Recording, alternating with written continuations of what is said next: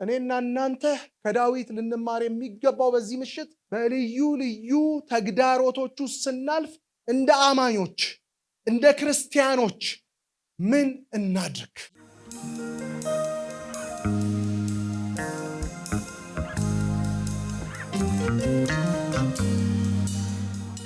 ዛሬ የማካፍላችሁ የመጽሐፍ ቅዱስ ክፍል የሚገኘው በመዝሙረ ዳዊት ምዕራፍ 3 ላይ ነው። በጣም ጥቂት ቁጥሮች ነው ያሉት፣ 8 ያክል ቁጥሮች ነው ያሉት። ከነዚህ 8 ቁጥሮች ውስጥ 5 ለህይወታችን የሚጠቅሙ መርሆችን ወይንም ፕሪንሲፕሎችን አብረን እንድንመለከት ነው የምፈልገው። እግዚአብሔር በዝማሬ ውስጥ ሲናገረን ነበር፣ በዝማሬ ውስጥ ሲባርከን ነበር፣ በዝማሬ ውስጥ ከሆኑ አስቸጋሪ ሁኔታዎች ውስጥ እንደሚያወጣን ይናገረን ነበር ፕሮፌቲክሊ። እዚህም ጋር ደግሞ የእግዚአብሔርን ቃል ወንድማችን ፓስተር ሲያውጅ ከተለያዩ ነገሮች ውስጥ እንደምንወጣ አስረግጦ ይነግረን ነበር። እነዚህ ሐሳቦች በሙሉ የሚነግሩን እንደ ሰው የምናልፍባቸው ልዩ ልዩ ተግዳሮቶች፣ እንደ ሰው የምናልፍባቸው ልዩ ልዩ ቻሌንጆች አሉ። መጽሐፍ ቅዱስም በግልጥነት ሲነግረን በዓለም ሳላችሁ መከራ አለባችሁ ይለናል። ስለዚህ በዓለም እንደሚኖሩና የተለያየ ተግዳሮቶች እንደሚገጥማቸው ሰዎች እንደዚህ አይነት ተግዳሮቶች ሲገጥሙን ምን ማድረግ አለብን የሚለውን ጥቂት ፕሪንሲፕሎች እንድንመለከት ነው የምፈልገው። ከዛ በፊት ግን አንድ አጭር ጥቂት ታሪክ ላካፍላችሁ ፈልጋለሁ። የዛሬ 12 ወይ 13 ዓመት በፊት በምኖርበት ከተማ አንድ የሬዲዮ ሾው አለ። ሲቢሲ የሚባል ሬዲዮ ጣቢያ ነው እና አና ማሪያ ትሪሞንቲ የምትባል ሆስት ናት ያንን የምታቀርበው። እና ሆስት ስታደርግ ኢንተርቪው ታደርጋቸው የነበሩ የፖሊስ አባላት፣ የፍርድ ቤት ሰዎች፣ ከነዛ መካከል ደግሞ የኛን አክሰንት የሚመስል ያለው ሰው ነበረ እና ጆሮዬን በጣም ሳበኝ። የኛ ዘመድ የሚመስል አነጋገር ያለው ሰው ስለነበረ እና ይህ ሰው ከየት ተነስቶ የት እንደደረሰ ያ ታሪክ ያትታል።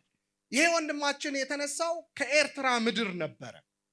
በኤርትራ ምድር በነበረው እንቅስቃሴ ውስጥ በብዙ መንገዶች ውስጥ ካለፈ በኋላ ዓላማውን ግቡን ካሳካ በኋላ አሁን ወደ ራሴ ህይወት መመለስ አለብኝ፣ ስለዚህ የተሻለ ኑሮ ፍለጋ ከአገር ለመውጣት ሙከራ እንደሚያደርግ ያ ታሪክ ይናገራል።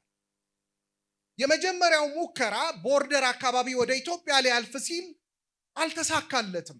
ቦርደር በሚጠብቁ ሰዎች ይያዝና ወደ እስር ቤት ይገባል። 6 ወር ያህል ከታሰረ በኋላ አሁንም ቆርጦ ስለነበረ እንደምንም ብሎ የሚያልፍበትን መንገድ አመቻችቶ ወደ ኢትዮጵያ ቦርደር ይገባል። ኢትዮጵያ ውስጥ የተወሰነ ጊዜ ከቆየ በኋላ አሁንም ወደ ሱዳን ይሻገርና ያልፋል። ከሱዳን ደግሞ የተለያዩ ሙከራዎችን አድርጎ በጣም አፍጥኜ ነው የምነግራችሁ አውሮፓ ጀርመን ውስጥ ይገባል። ጀርመን ጥቂት ጊዜ ከቆየ በኋላ በታሪክ ውስጥ ያቺ ሴት ስታትት ካልግሪ የሚባል ካናዳ ውስጥ ያለ አንድ ከተማ ውስጥ እንደገባ ያ የሬዲዮ ትርክት ይናገራል። እንግዲህ ካናዳ ውስጥ ከገባ በኋላ ራሱን ለማሻሻል ኑሮን ለማሸነፍ ጠዋት ይማራል፣ ከሰዓት በኋላ ደግሞ ታትሮ ይሰራል። ይህንን እያደረገ የመኖሪያ ፈቃድ ለማመቻቸት ደግሞ በፍርድ ቤት በኩል ጉዞውን ጀምሯል። ይህ ሰው በጣም በሚያስደንቅ ሁኔታ በትምህርቱ በጉብዝናው ይታወቃል፣ በስራው በታታሪነቱ ይታወቃል። ፍርድ ቤት የምትጠይቅበት ምክንያት ምንድን ነው ተብሎ ሲጠየቅ አገሩ ላይ የነበረውን ታሪክ ማካተት ነበረበት። ከተካተቱት ታሪኮች መካከል አገሬ ውስጥ ወታደር ነበርኩ ብሎ አካቷል። በጣም በሚያስደንቅ ሁኔታ በዚህ ሁሉ መከራ ውስጥ በዚህ ሁሉ ጣውረድ ውስጥ ካለፈ በኋላ እዛ ምድር ላይ አርፌ ተሳክቶልኝ ቤተሰቦቼን ረድቼ ራሴን አሸንፌ እቀጥላለሁ ያለው ሰው ፍርድ ቤት ቀጠሮ በነበረው ቀን ፈጽሞ ያልጠበቀውን ፈጽሞ ያላሰበውን ዜና ነው የሰማው ከዳኝ you are denied አልተቀበልንህም የሚል። ያልተቀበላችሁበት ምክንያት ምንድን ነው ብሎ ሲጠይቅ ለሌላ ሀገር ወታደር ፈቃድ አንሰጥ፣ በህጋቸው መሰረት ያንን ማድረግ አይችሉም። ይሄ ሰው በብዙ መከራው ስላለፈ ኑሮን ለማሸነፍ ብዙ ስለታገለ እጅግ አዘነ፣ ልቡ ተሰበረ። አንድ ቀን ወደሚኖርበት ቤት ገባ። ደብዳቤ ጻፈ ለአንድ በጣም ለሚቀርበው ወዳጅ። ከደብዳቤው ጋር አያይዞ ሰርቶ አጠራቅሟት የነበረች ሳንቲም ነበረች። እነዚህን ሳንቲሞች ለእገሌ ለገሌ ለገሌ ስጥልኝ ብሎ ጻፈ። ከዛ ቤቱን ቆልፎ ወጣ። እንደ ሌላ ቀን ትምህርት ቤት አልመጣም። እንደ ሌላ ቀን ስራው ስፍራ አልተገኘም። እንደ ሌላ ቀን ከጓደኞቹ ጋር ወደሚዝናናበት ንፋስ ወደሚወስድበት ስፍራ አልነበረም። አንድ ቀን፣ 2 ቀን፣ 3 ቀን ሆነ። በሶስተኛው ቀን በጣም የሚቀርበው ወዳጁ ሐሳብ ያዘው። ቤቱ መጣና አንኳኳ። የሚከፍት ሰው አልነበረም። ስለዚህ አንድ ነገር ወሰነ። ቤቱን የመክፈት አክሰስ ስለነበረው ቁልፍ ወስዶ በሩን ከፈተው። ስሙን ቢጠራ የለም ያ ሰው። ወደ አልጋው ግን ሲመለከት አንዳች ነገር አገኘ። ደብዳቤና በፖስታ ውስጥ የተቀመጠ ገንዘብ። ከዚህ በኋላ ስለማታገኘኝ ይህንን ገንዘብ ለቤተሰቦቼ እንዲህ አድርገህ ላክልኝ ይላል። ይህ ሰው በጣም ስለተደናገጠ ፖሊስ ጋር ይደውልና ያለውን ሁኔታ ለፖሊስ ያስረዳል። ፖሊስ ማስታወቂያ አውጥቶ ማሰስ ይጀምራል። ከዛ ይሄው ሰው አንድ ነገር ጠቆማቸው። ከስራና ከትምህርት ደክሞት ሲመጣ አብዛኛውን ጊዜ የሚናፈስበት ፓርክ እዚህ አካባቢ አለ አላቸው። እዛ ፓርክ ውስጥ ደግሞ በታሪክ ውስጥ እንደሚያትቱት በጣም ብዙ ዛፎች ያሉበት ፓርክ ነው። በውሾች እየታገዙ ወደዛ ፓርክ ውስጥ ገቡ። አንድ ስፍራ ላይ ያልጠበቁትና ልብ የሚሰብር ነገር ገጠማቸው። ያ ወንድም በዛፍ ላይ ተንጠለጠለ። ወንድሞቼና እህቶቼ ልክ እንደዚህ ወንድማችን በህይወት ዘመናችን ስንጓዝ ልዩ ልዩ ተግዳሮቶች ይገጥሙናል። ልዩ ልዩ ፈተናዎች ይገጥሙናል። እንደ ግለሰብ ፈተናዎች ይገጥሙናል። እንደ ቤተሰብ ፈተናዎች ይገጥሙናል። እንደ ቤተ ክርስቲያን ፈተናዎች ይገጥሙናል።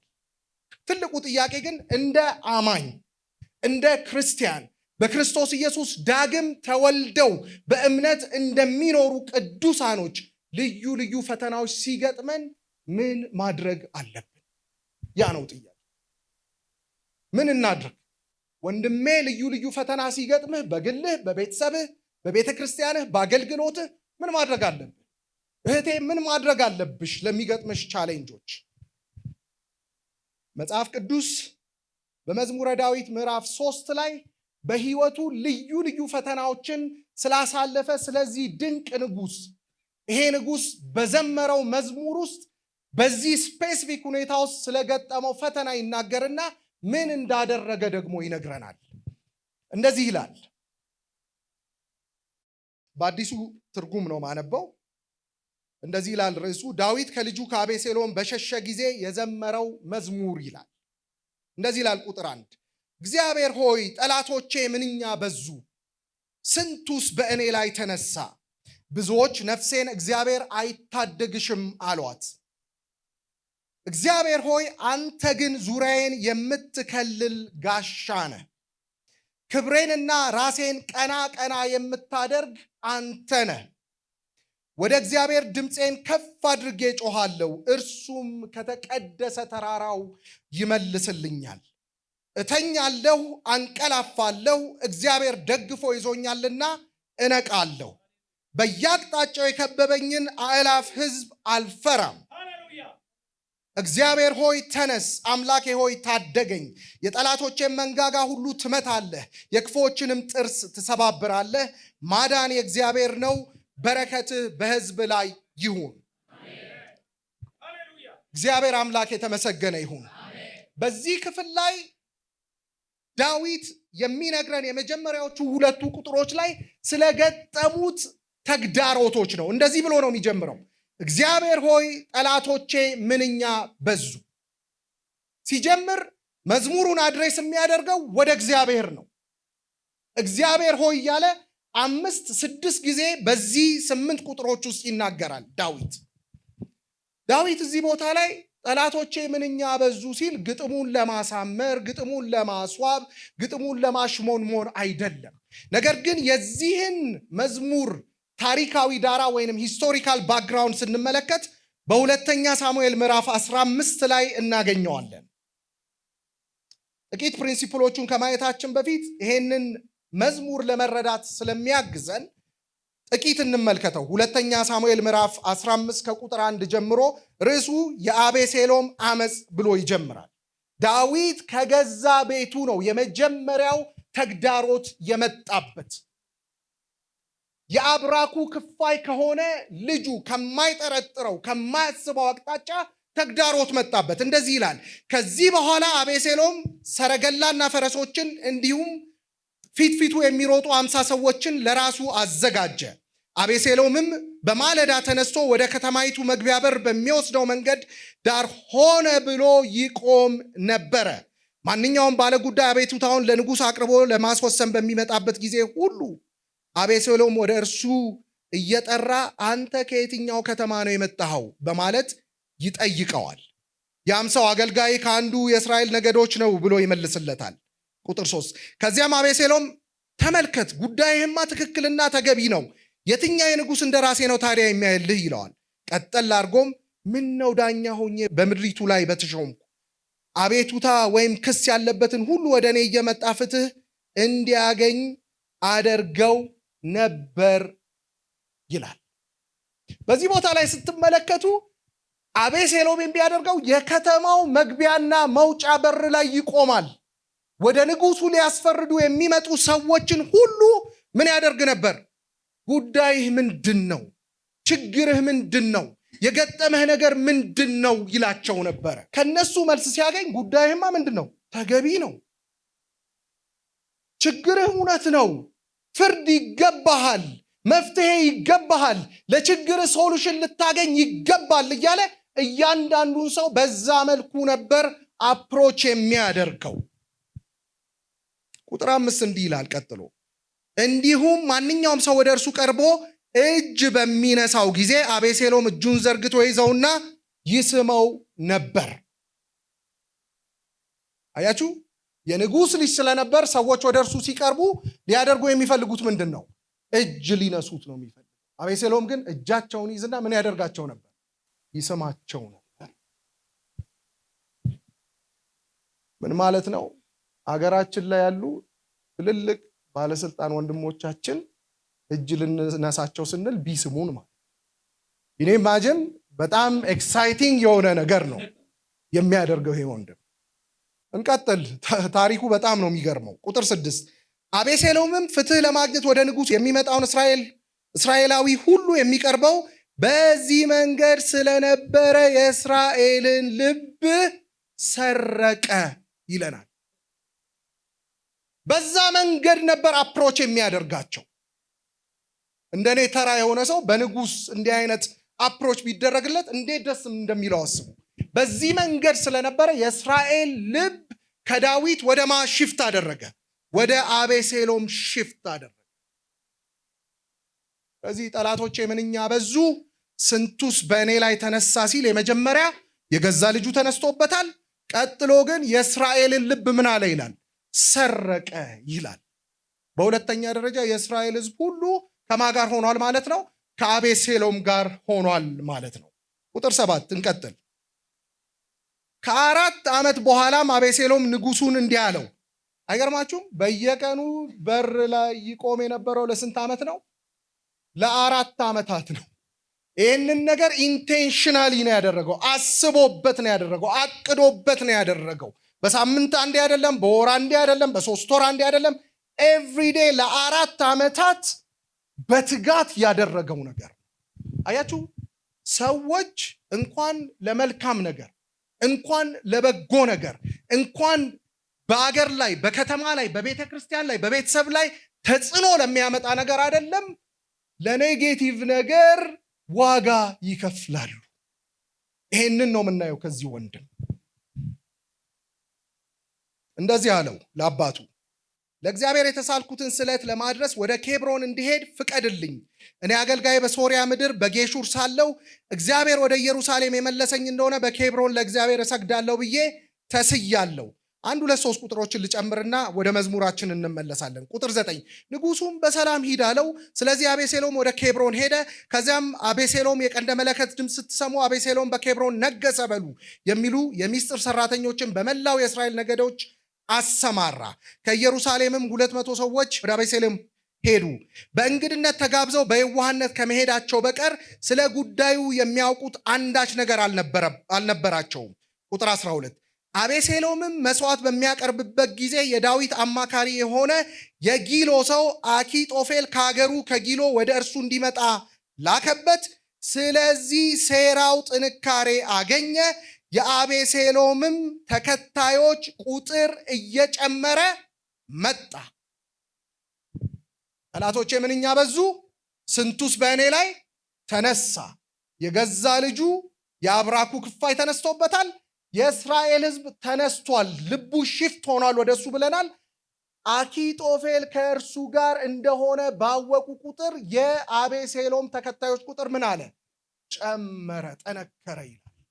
ታሪኩን ወደኋላ እያነበብነው ስንቀጥል ዳዊት አኪጦፌል ከአቤሴሎም ጋር እንደሆነ ባወቀ ጊዜ አንድ ነገር ሲያደርግ ትመለከታላችሁ።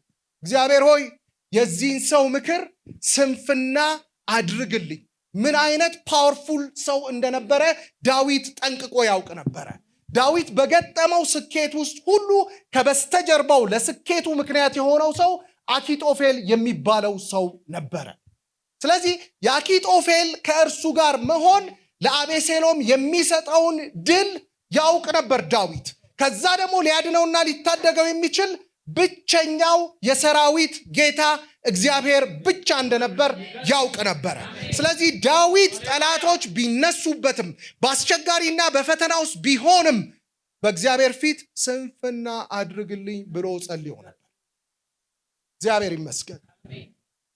1 2 ሰዎችን እንጨምር። 2 ሳሙኤል ከ15 ጀምሮ ቤታቸው አንብቡት ጊዜ ለመቆጠር። ቀጥሎ የምንመለከተው ሜምፊቦስቴ የሚባል አንድ ሰው ነበረ። የዳዊት ወዳጅ ልጅ። የዳዊት ወዳጅ ልጅ አያቱና አባቱ በሞቱ ጊዜ ዳዊት አስጠግቶ ከገበታው በታች አንደላቆ ያኖረው ሰው ነበረ። ዳዊት ይሄ ፈተና ይሄ ተግዳሮት እንደገጠመው ባወቀ ጊዜ ጀርባውን ሰጠው። ዛሬ ምናልባት እግዚአብሔር የአባቴን ዙፋን ሊመልስልኝ ሳይሆን አይቀርም አለ። 4ኛ በ5ኛ ደረጃ የምናየው በጣም የሚያሳዝን ሰው ነው። ሳሚ የሚባል ሰው። ሳሚ የሚባል ሰው ይሄንን ታላቅ ንጉሥ እስራኤልን ከብዙ ስጋት፣ ከብዙ ውርደት፣ ከብዙ መከራ የታደገ ዳዊት ላይ በዛ በውድቀቱ ሰዓት ሲያገኘው ትቢያ አቧራ በላዩ ላይ እየበተነ ይረግመው ነበር፣ ያንቋሽሸው ነበር፣ ይሰድበው ነበር። ጠላቶቼ ምንኛ በዙ፣ ስንቱስ በእኔ ላይ ተነሳ። ስለዚህ ዳዊት ጠላቶቼ ምንኛ በዙ፣ ስንቱስ በእኔ ላይ ተነሳ ሲል ለግጥም ያህል አይደለም። ባክግራውንድ ስቶሪው እንደሚነግረን በእርግጥ ብዙ ሰዎች በዳዊት ላይ ተነስተውበት ነበረ። እንደዛ ብሎ ቢቆም ትንሽ ያጽናናል። ከባድ ነው። እነዚህ ሁሉ ጠላቶች ተነስተው ሊያሳድዱት እስር ቤት ሊከቱት አይደለም። በታሪኩ መጨረሻ ላይ ስንመለከት በከፍተኛ ጦርነት ውስጥ ሕይወቱን ሊያስወግዱ ነው የተነሱበት። ቀጠለና ግን እንደዚህ አለ። ስንቱስ በእኔ ላይ ተነሳ ካለ በኋላ ቁጥር 2 ላይ እንደዚህ ይላል፣ ብዙዎች ነፍሴን እግዚአብሔር አይታደግሽም አሏት አለ። በጣም ብዙዎች ተነሱብኝ፣ አሳደዱኝ፣ ከስፍራዬ አስለቀቁኝ፣ ከቤተ መንግስት ወጣሁ አለ። የደብረ ዘይትን ተራራ ሲወጣ በባዶ እግሩ እያለቀሰ ነበር። 600 የሚያህሉ ሰዎች በባዶ እግራቸው አንገታቸውን አዘቅዝቀው እያለቀሱ ይከተሉት ነበር። በሽንፈት ውስጥ ነበሩ። ሪያሊቲው ያንን ነው የሚያሳየው። በዚህ ሁኔታ ላለ ሰው ዲስከሬጅ የሚያደርግ ነገር ነው የተናገሩት። አንድ ሰው አይደለም የተናገረው፣ ብዙዎች፣ ፕሉራል ነው፣ የብዙ ቁጥር ነው። ብዙዎች ነፍሴን ማን ነው የሚለው? እግዚአብሔር። አቤሴሎም ቢሉ ያጽናናል። ሰው ስለሆነ እግዚአብሔር ጣልቃ ሊገባለት ይችላል። አኪጦፌል ከባድ ሰው ቢሆንም ምክሩ እንደ እግዚአብሔር ቢሆንም አኪጦፌል ቢሉት ትንሽዬ ተስፋ ነበረው ዳዊት። እዚህ ቦታ ላይ ግን ስንመለከት ብዙዎች ነፍሴን ማን አይታደግሽም አሏት? እግዚአብሔር አይታደግሽም አሏት። ኪኒ ኢማጂን በሽንፈቱ ስላለ ሰው፣ በውድቀቱ ስላለ ሰው እንደዚህ አይነት መልእክት ሲሰማ። ታዲያ ወንድማችን ንጉሥ ዳዊት እንዲህ አይነት ተግዳሮት ነው የገጠመው በህይወቱ። አት ሰም ፖይንት ዳዊትን መጀመሪያ ላይ ከሰማነው ታሪክ የሚለየው ታዲያ ምንድን ነው?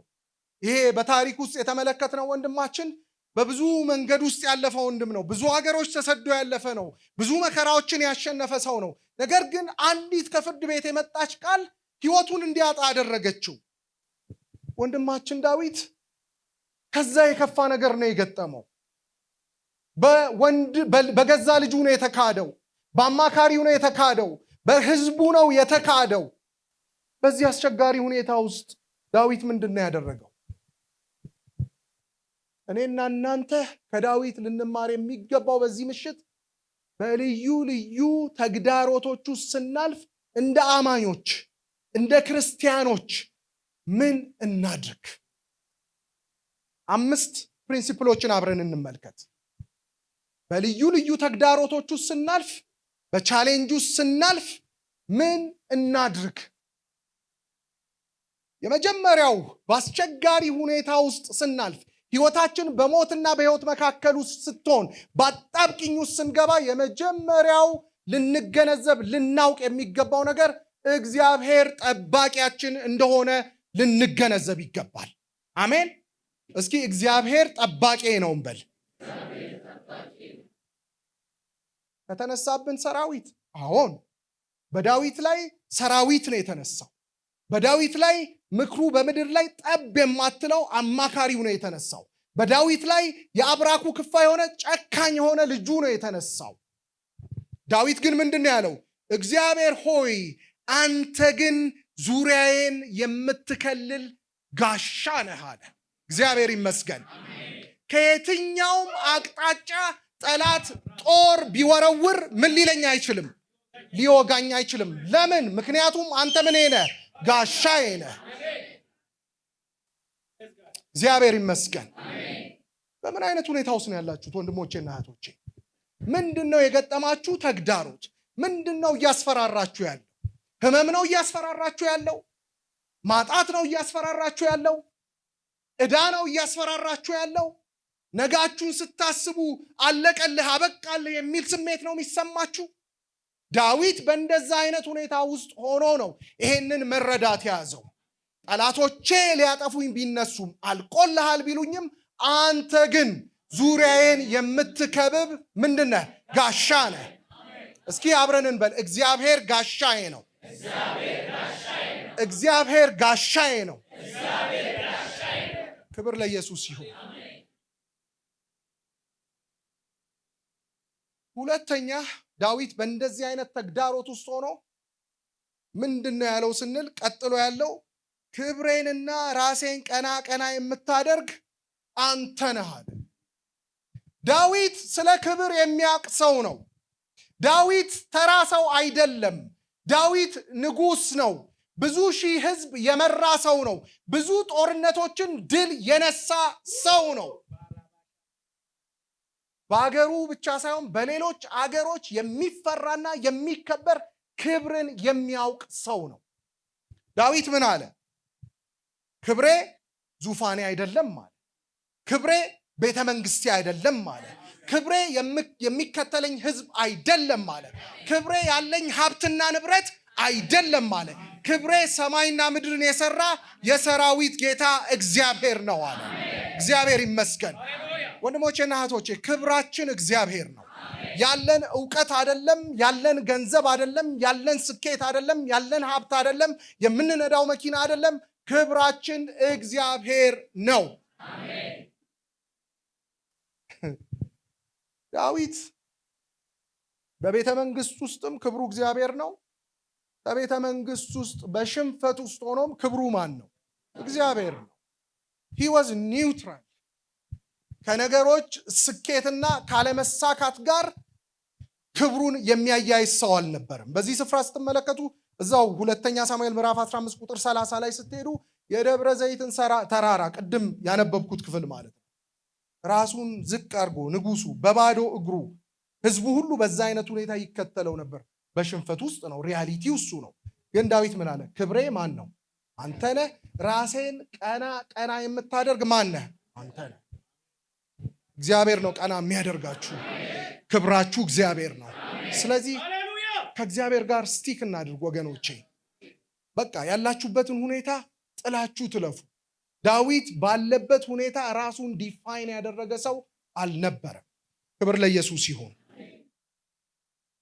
ሶስተኛ በአስቸጋሪ ሁኔታ ውስጥ ስናልፍ፣ በተግዳሮት ውስጥ ስናልፍ ምን እናድርግ? የመጀመሪያ እግዚአብሔር ጠባቂያችን ጋሻችን እንደሆነ እንወቅ። ሁለተኛ ክብራችን እግዚአብሔር እንደሆነ እንረዳ። በሶስተኛ ደረጃ አስቸጋሪ ሁኔታዎች ሲገጥሙን በሰማይ ጸሎትን ሰምቶ የሚመልስ አምላክ እንዳለ በመረዳት ወደ እግዚአብሔር እንጩህ። በቤተሰባችሁ ውስጥ ተግዳሮት አለ፣ በሰማይ የሚሰማ አለ፣ ጩሁ። ስራችሁ ውስጥ ተግዳሮት አለ፣ እግዚአብሔር የሚሰማና የሚመልስ አምላክ ነው። እንደዚህ ይላል ቁጥር 4 ወደ እግዚአብሔር ድምፄን ከፍ አድርጌ እጮሃለሁ፣ እርሱም ከተቀደሰ ተራራው ይመልስልኛል። እግዚአብሔር ይመስገን። ወደ ሰማይ ድምፄን ከፍ አድርጌ ምን እላለሁ? እጮሃለሁ።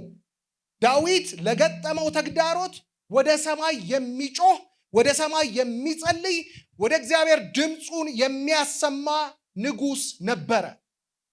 በሽንፈቱ የወደቀ ሰው አልነበረም። በሽንፈቱ ውስጥ እጁን የሰጠ ሰው አልነበረም። በሽንፈቱ ውስጥ ሆኖ ምን ያደርግ ነበር? ወደ እግዚአብሔር ይጸልይ ነበር። በሽንፈቱ ውስጥ ሆኖ ምን ያደርግ ነበር? ወደ እግዚአብሔር ይጮህ ነበረ።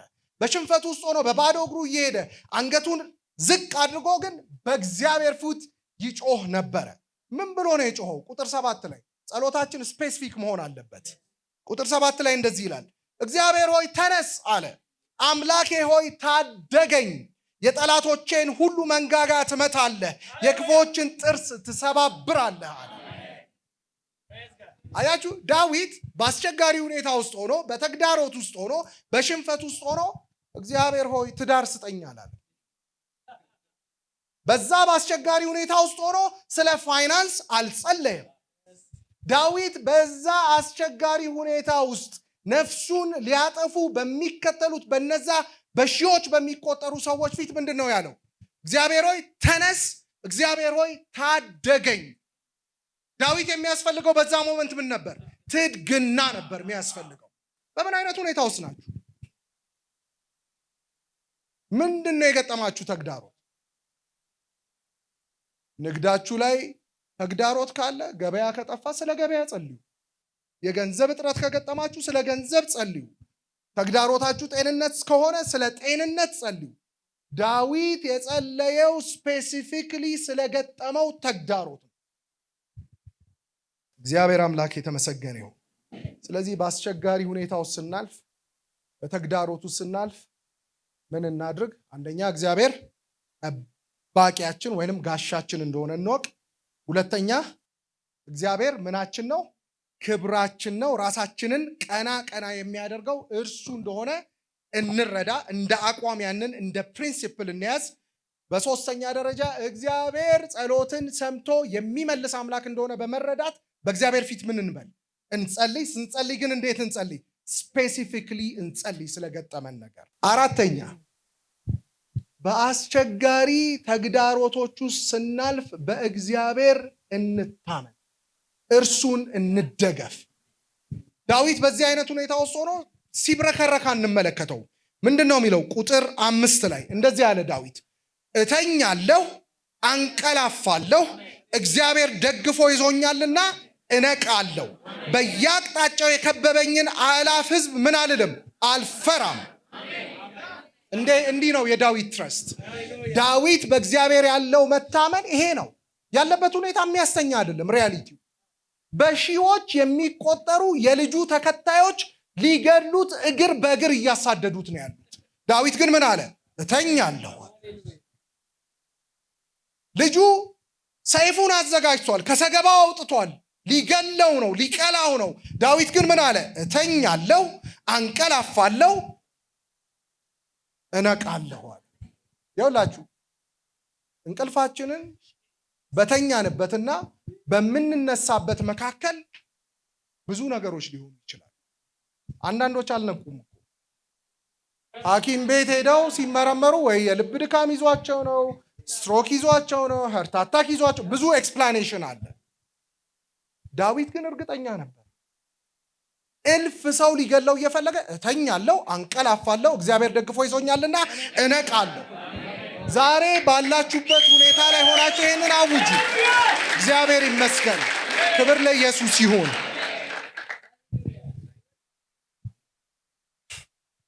በጣም የሚቀጥለው ደግሞ ይገርማል። እተኛለሁ፣ አንቀላፋለሁ ካለ በኋላ በየአቅጣጫው የከበበኝን ሕዝብ አይልም፣ አእላፍ ሕዝብ ምን አልልም።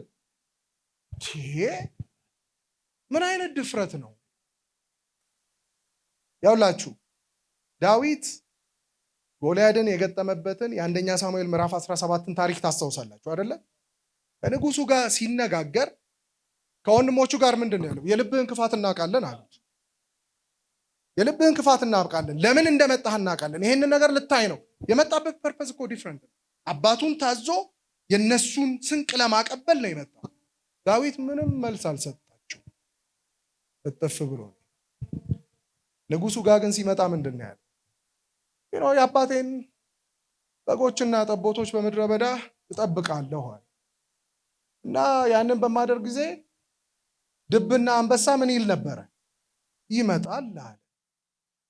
ከጠቦቶቹ መካከል አንዱን ነጥቆ ሲሄድ ተናንቄ ምን እለዋለሁ? አስጥለዋለሁ። በተነሳብኝ ጊዜ ግን አለ፣ በበሸኩ ጊዜ በተናደድኩ ጊዜ አይደለም፣ በተነሳብኝ ጊዜ ሲል እኔን ለማጥቃት እኔን ለመግደል በተነሳ ጊዜ ግን አንቄ ምን አደርገው ነበር? ገለው ነበር አለ። ዳዊት ኤክስፒሪየንስ አለው። የእግዚአብሔርን እጅ ያየ ሰው ነው። የእግዚአብሔርን ማዳን የተለማመደ ሰው ነው። እግዚአብሔር ይመስገን። እግዚአብሔር ትላንት ምንድን ነው በሕይወታችሁ ያደረገው? ትላንት አላገዛችሁ? ትላንት እንባችሁ አልታበሰም? ትላንት ከህመም አልተፈወሳችሁ? ትላንት ፋይናንሻሊ የተቸገራችሁ ጊዜ እግዚአብሔር ጣልቃ አልገባም? እግዚአብሔር ይመስገን። ትላንታችን ለዛሬያችን መታመኛችን ነው። ጠላት ሁልጊዜ እኛን መስመር ማስለቀቅ ሲፈልግ በሕይወታችን ያልሆኑ ነገሮችን ነው የሚያሳየን። እንዲህ አይነት ሞመንት ወደ ሕይወታችን ሲመጣ ወደ ኋላ ነው ማጠንጠን ያለብን። ትላንት እኮ ጌታ የቤት ክራይ ከፍሏል። ትላንት እኮ ጌታ እንዲህና እንዲያ ለልጆቼ አድርጓል። ትላንት እኮ ጌታ ለልጆቼ የትምህርት ቤት ከፍሏል።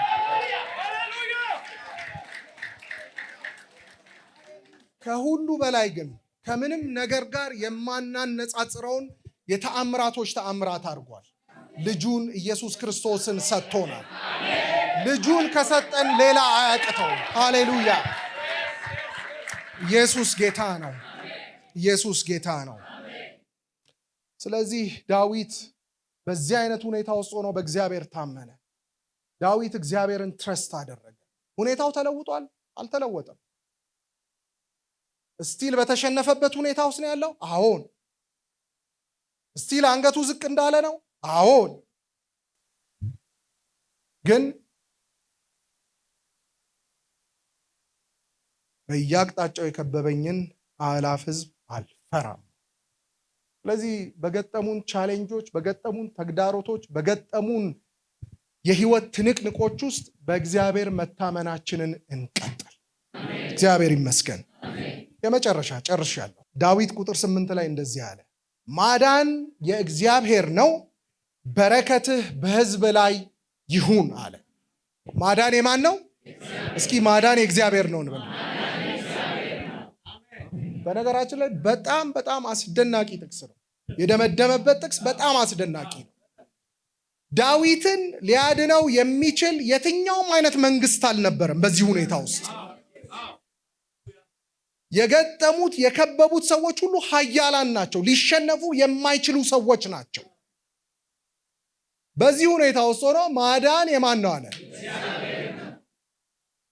እንደ ዳዊት በተከበባችሁበት ነገር ውስጥ ማዳንን የሚሰጣችሁ እግዚአብሔር ነው። ማዳንን የሚሰጠን ገንዘባችን አይደለም። ማዳንን የሚሰጠን ዕውቀታችን አይደለም። ማዳንን የሚሰጠን የምናውቀው ዘመዳችን አይደለም። ማዳንን የሚሰጠን እግዚአብሔር ነው። ይኸውላችሁ ይሄ ጦርነት የተካሄደው በዳዊት ሰራዊትና በአቤሴሎም ሰራዊት መካከል በኤፍሬም ደን ውስጥ ጦርነቱ እንደተካሄደ መጽሐፍ ቅዱስ ይነግራል።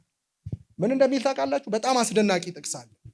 ሰይፍ ከበላው ይልቅ ደን ውጦ ያስቀረው በዛ ይለናል።